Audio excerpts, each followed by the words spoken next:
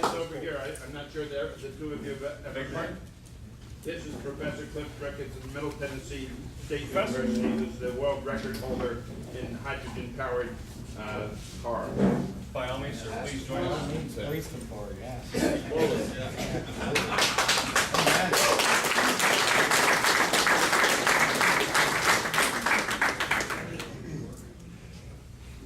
Real pleasure to meet you, sir.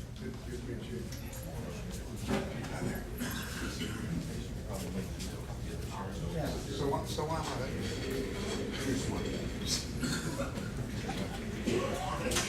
Larry, you can grab that, sir. If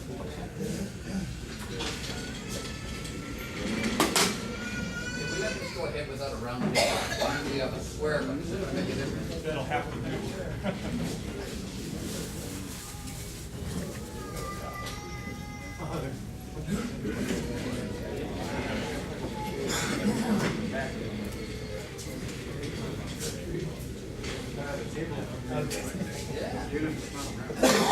Now, let me start by saying that I make no pretense of being a learned scholar.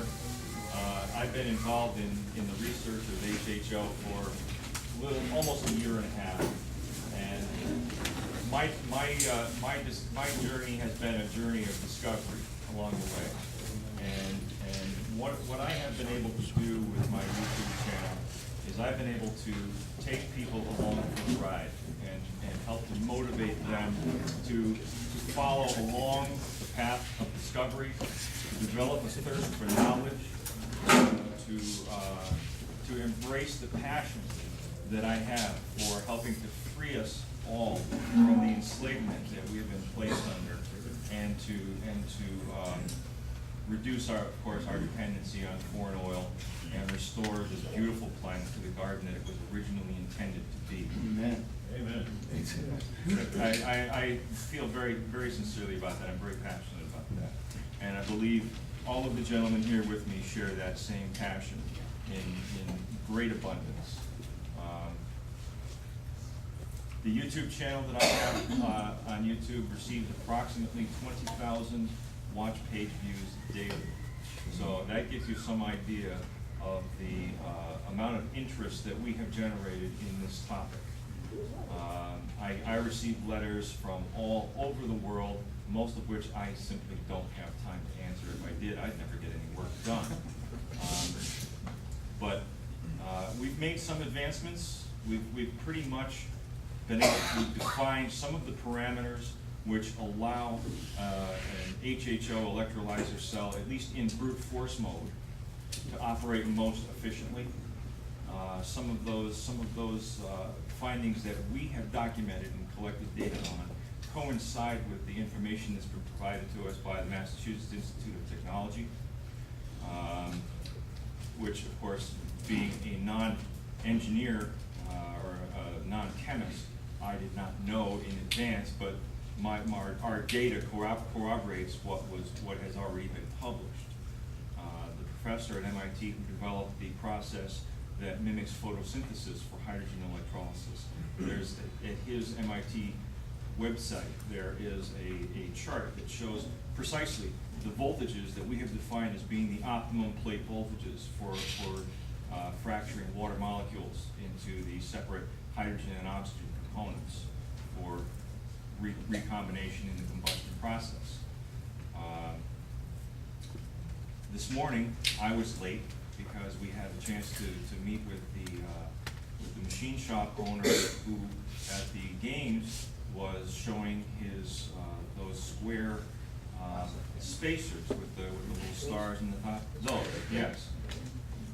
I don't believe that gentleman fully understands the tremendous impact that little piece of plastic right there is going to have on the proliferation and the adaptation of hydrogen technology for the general average consumer.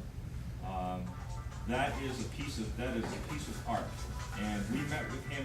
We as a small group of individuals last night, we brainstormed over that piece, and we really took it apart and examined what it was that makes the cell efficient, how do we embrace that? How do we embody that into a design? And what modifications do we need to make in order to create a finished product that is very simple to construct and very easy to maintain, that will last a long time, not give anybody a headache, any headaches, and be a very serviceable product that's easily install and do it correctly. One of the things that we need to educate people on, of course, is the proper handling of the caustic electrolytes that are being used in brute force electrolyzers, the waste products that are produced, and the proper techniques for installation and wiring. Now, the gentleman who won the prize for installation, yeah, okay, that is some piece of work, guys. Thanks for the hat.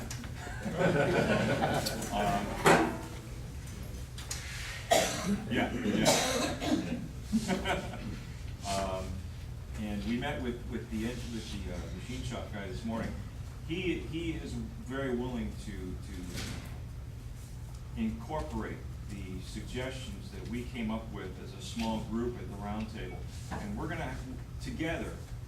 to be able to produce a finished piece that will not only be efficient, but it will be easy to assemble, and it will be as inexpensive as you can possibly get without sacrificing the efficiency that we know that we can achieve from these devices.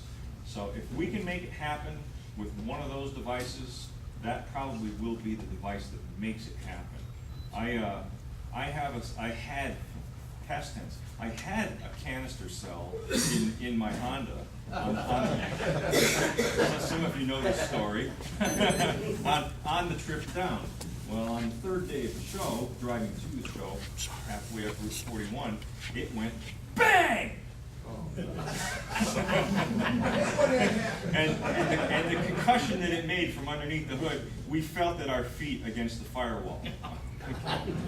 So, in fairness, it was an experimental cell, so Of course. he cut me a little slack. That was one of the cells that I was using to make my final determinations as to what would be the best plate gap and what would be the best voltage per plate.